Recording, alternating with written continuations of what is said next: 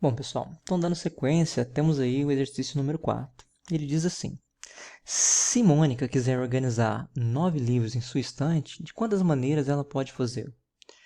Letra A dessa questão.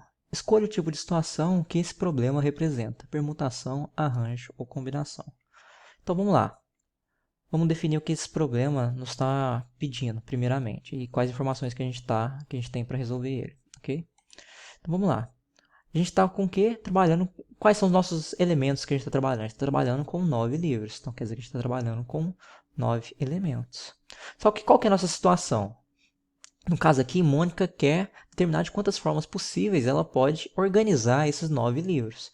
Bom, se ela quer organizar os 9 livros em sua estante, quer dizer que ela não está acrescentando e nem retirando livros.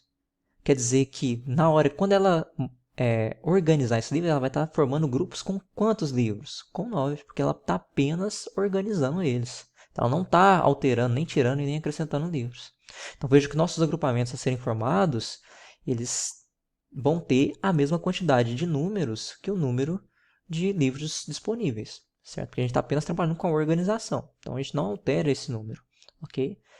Aqui o exercício ele não falou, mas a gente tem que considerar aqui para efeito, porque eles querem trabalhar com agrupamento simples, que esses 9 livros aqui eles têm que ser distintos entre si. Eu não posso considerar aqui um livro igual ao outro. Apesar de isso poder acontecer, a gente tem que considerar nesse problema aqui que esses 9 livros eles têm que ser distintos entre si. Por exemplo, nessa situação, a Mônica ela não poderia ter 2 exemplares do livro Dom Casmurro, certo? Porque são 2 livros iguais. Tem que ser todos esses 9 aqui tem que ser livros distintos, ok? E vamos ver então se a ordem dos elementos no agrupamento influencia na distinção de uma organização para outra. Bom, veja, vocês vão notar aqui que a ordem como esses livros são dispostos na prateleira influencia uma organização dos 9 livros para outra. Vejam considerando aí o livro A e o livro B nas primeiras posições, certo? E outros 7 livros atrás. Veja que quando eu considero A e B e os outros 7 livros, ou se eu considerar B e A, já é uma organização diferente. Eu troquei apenas a posição do B com A, mas já configura uma organização distinta de se organizar esses 9 livros, apenas eu alterando um desses livros de posição com o outro, certo? Então quer dizer que a ordem dos elementos importa na distinção de um agrupamento. E é justamente a ordem desses elementos que faz a distinção de uma organização para outra, certo? Então vejam aqui que a gente tem algumas características, pessoal. Quais características? Que essa quantidade é igual a essa, certo?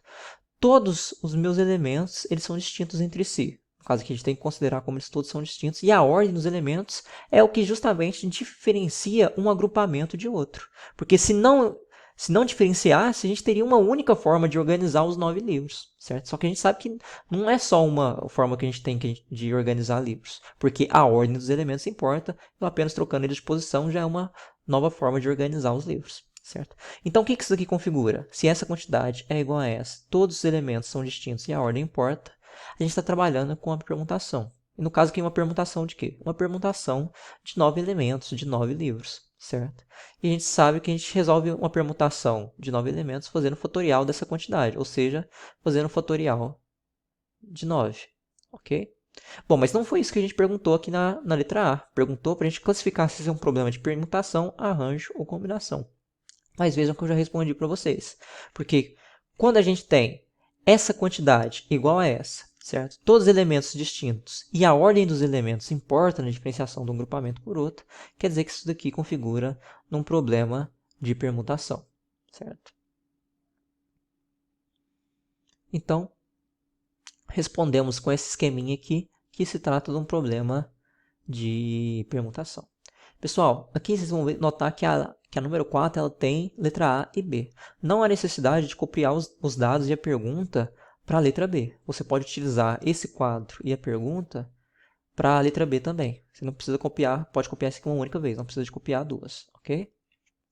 Bom, na letra B, você vai considerar esse quadro aqui que você já copiou e apenas fazer os cálculos, porque na letra B pede para você escrever a expressão que permite encontrar, que é basicamente essa daqui, certo? É o fatorial da quantidade de livros, que é 9, e depois calcular esse fatorial de 9, certo?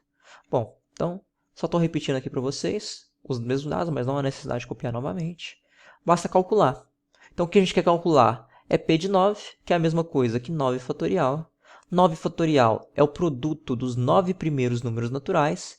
Então, é o produto de todos esses números naturais aqui, indo do 1 até o 9, certo? E quando você resolve esse produto aqui, você encontra 362.840. O que esse número quer dizer para a gente? Que existem 362.880 formas distintas de se organizar 9 livros em uma estante, certo? Em linha, ok?